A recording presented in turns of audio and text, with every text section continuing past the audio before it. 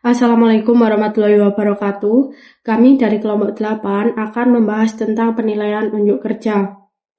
Kelompok kami yang beranggotakan saya sendiri, Atika Dwi Wayutari dengan NIM belakang 049, Anindita Maisa Safitri dengan NIM belakang 107, dan Anggi Alianovita dengan NIM belakang 177. Apa itu penilaian unjuk kerja? Yang pertama, kami akan menjelaskan tentang pengertian penilaian unjuk kerja.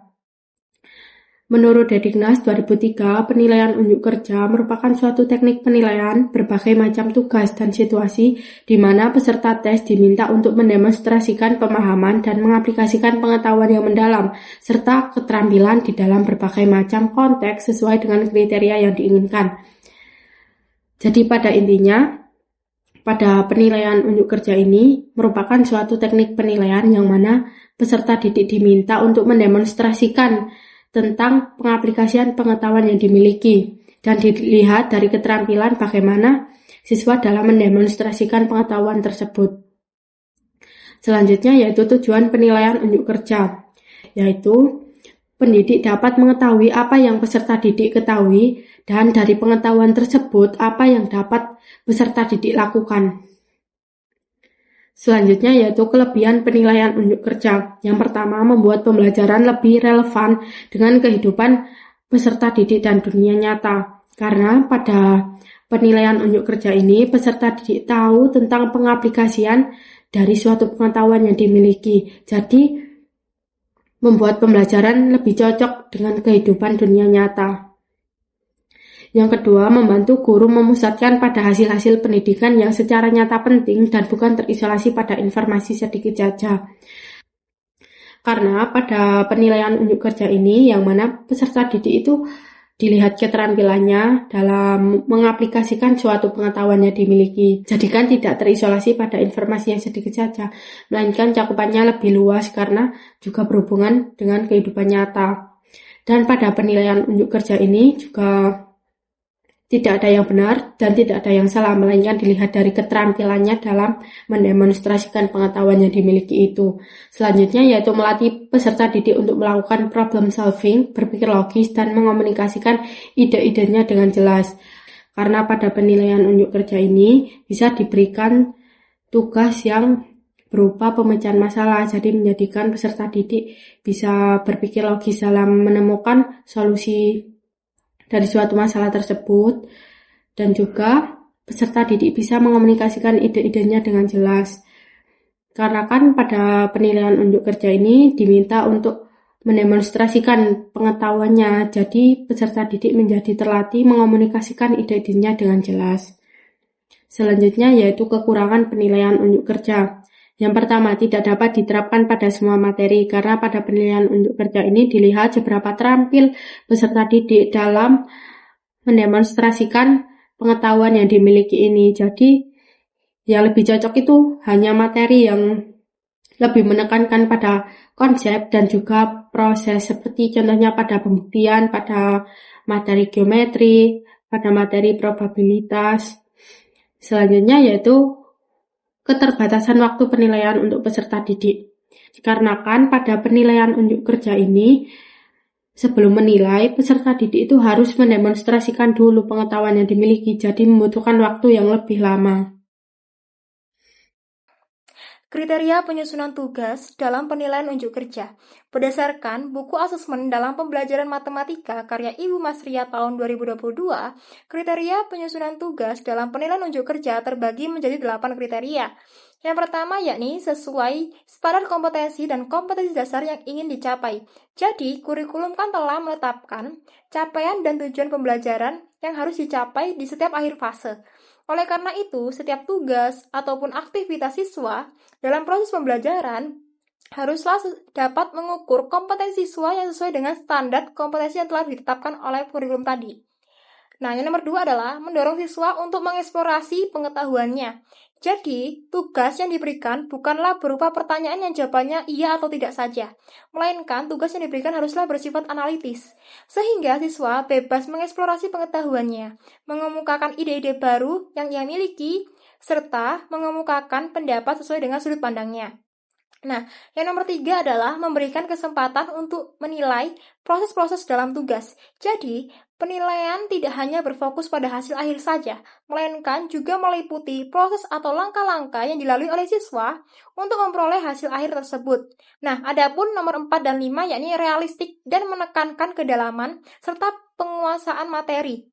Nah, untuk menekankan kedalaman dan penguasaan materi, tugas yang diberikan haruslah bersifat realistik atau relevan dengan kehidupan siswa, sehingga siswa dapat lebih mudah memahami makna esensial dari materi yang telah diajarkan. Adapun nomor 6 dan 7 yakni open-ended dan tidak algoritmik.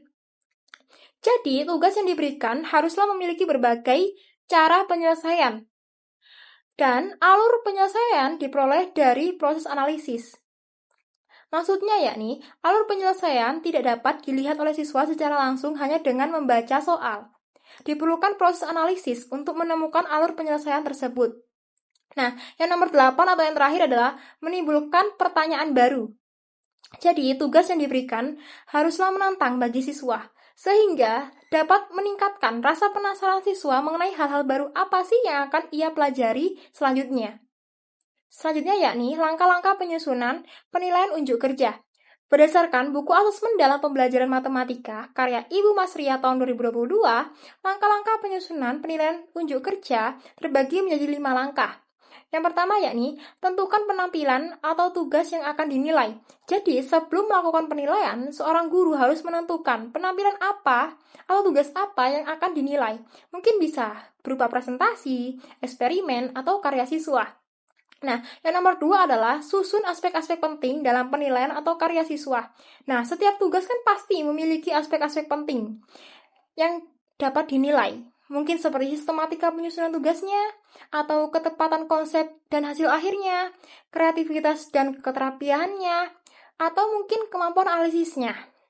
Nah, yang ketiga adalah batasi jumlah standar penilaian sehingga semua dapat teramati selama penampilan. Nah, kita kan tahu proses pembelajaran itu kan terbatas ya waktunya. Oleh karena itu, guru harus melakukan penilaian dengan seefektif mungkin. Sehingga dilakukanlah pembatasan pada standar penilaian. Jadi, nanti guru hanya memilih standar penilaian yang krusial-krusial untuk dilakukan. Nah, yang keempat adalah nyatakan standar penilaian dalam bentuk tindakan atau karya untuk diamati.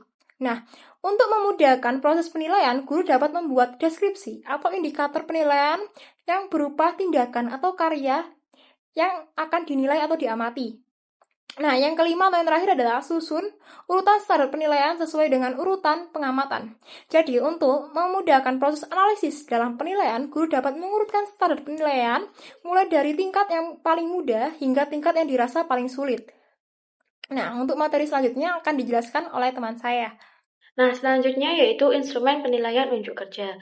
Berdasarkan Peraturan Menteri Pendidikan dan Kebudayaan Republik Indonesia Nomor 104 Tahun 2014 tentang penilaian hasil belajar oleh pendidik pada pendidikan dasar dan pendidikan menengah untuk mengamati unjuk kerja atau kinerja atau praktik, peserta didik itu dapat menggunakan instrumen sebagai berikut. Nah, yang pertama ada daftar cek, yang kedua ada skala penilaian. Nah, pada daftar cek sendiri, menurut buku asesmen untuk pembelajaran matematika yang ditulis oleh Mas Riah dan kawan-kawan pada 2022, daftar cek penilaian untuk unjuk kerja adalah sebagai berikut. Nah, untuk satu di sini, penilaian 1 yaitu keterangannya itu tidak benar, yang 2 itu kurang benar, dan 3 benar tetapi kurang sempurna, dan yang keempat sempurna. Nah,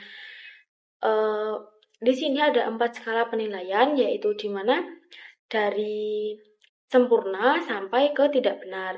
Nah, untuk pada setiap standar unjuk kerja itu diberi skor 1 sampai dengan 4 ya, dan peserta didik yang gagal melakukan unjuk kerja ditetapkan untuk memperoleh skor minimum. Nah, skor minimumnya itu diperoleh dengan rumus 1 dikali banyaknya standar unjuk kerja, dan skor maksimumnya diperoleh dari 4 dikali banyaknya standar unjuk kerja. Nah, median skornya didapatkan dari skor minimum ditambah skor maksimum dibagi 2. Nah, selanjutnya pada skala penilaian. Nah, menurut buku asesmen yang ditulis oleh Mas Riyah dan kawan-kawan, pada tahun 2022, skala penilaian dalam penilaian unjuk kerja adalah seperti gambar di samping. Nah, di sini dalam skala penilaian unjuk kerja siswa itu bergerak dari umum ke khusus. Nah, di sini juga sama dengan daftar cek tadi, di mana ada 4 skala peringkat, dimulai dari superior hingga ke tidak memuaskan. Untuk kriteria umumnya itu dimulai dari yang superior itu, di mana di sini itu peserta didik sudah menunjukkan pemahaman yang lebih terhadap konsep-konsep, terus menggunakan strategi-strategi yang sesuai, terus komputasinya itu benar, penulisannya itu sudah lengkap, terus penggunaan diagram, tabelnya itu sudah benar, dan juga sudah melebihi permintaan masalah yang diinginkan. Nah, untuk kriteria tidak memuaskannya itu di mana peserta didik itu menunjukkan sedikit atau tidak ada pemahaman terhadap konsep-konsep. Dan selain itu tidak menggunakan strategi yang sesuai, komputasinya tidak benar, dan tulisan penjelasannya kurang memuaskan, dan tabelnya tidak tepat atau tidak sesuai. Terus selain itu, peserta didik tidak memenuhi permintaan masalah kan. Nah, untuk contoh tugas penilaian unjuk kerja mata pelajaran matematika. Nah, di sini penilaian unjuk kerja pada mata pelajaran matematika seringnya digunakan pada materi geometri, di mana bisa juga tentang materi, contohnya materi tentang segitiga dan segi empat, bisa juga dengan mengenali sifat-sifat dan melukis segitiga atau kesebangunan, seperti itu. Nah, di sini contohnya pada materi pokoknya yaitu tentang segitiga dan segi empat. Nah, kelasnya pada kelas 7 dan kompetisi dasarnya ingin dicapai yaitu mengenali sifat-sifat dan melukis segitiga, di mana tujuannya pada pembelajaran ini yaitu siswa dapat melukis segitiga sama sisi dengan menggunakan penggaris dan jangka. Nah, seperti ini ya, tugasnya adalah lukis segitiga ABC sama sisi dengan panjang sisi 5 cm. Nah, di sini nanti siswa jika sudah mengerjakannya dengan baik atau sudah mengerjakan tugasnya, guru dapat menilai siswa dengan 2 penilaian tersebut, yaitu yang pertama dengan daftar cek dan yang kedua yaitu dengan skala penilaian. Nah, seperti itu.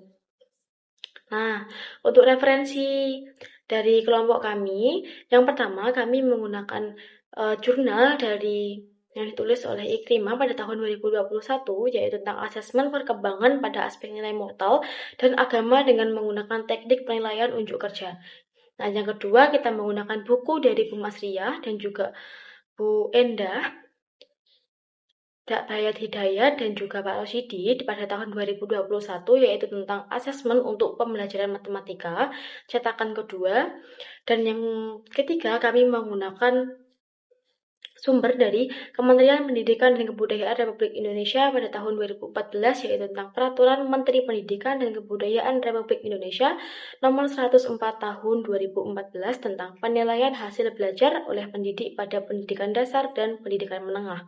Nah, sekian video hasil diskusi dari kelompok kami. Kurang lebihnya kami mohon maaf. Wassalamualaikum warahmatullahi wabarakatuh.